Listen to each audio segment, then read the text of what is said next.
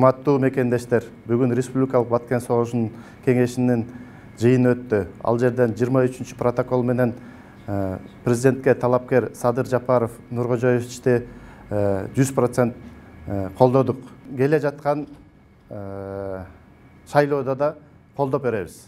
Садыр Жапаров өзү жакында эле Жалал Абад областында болгондо бир сөз айтып кетти. Элден маган ишенич эле керек деди. Ошол ишеничти мен аткарам деди. Жалпы Баткен согушунун ардагерлер кеңеши, 7 дубандан келген ардагерлер кеңеши 2021 жылы боло турган 10 январда боло турган президенттик шайлоодо эл уулу болгон, эл президенти болгон Жапаров Садыр Нуркожоевичти жалпы эл колдоп атат. Ошол жалпы элдин атынан, жалпы Баткен согушунун ардагерлер кеңешинин атынан Садыр Жапаровду колдойбуз.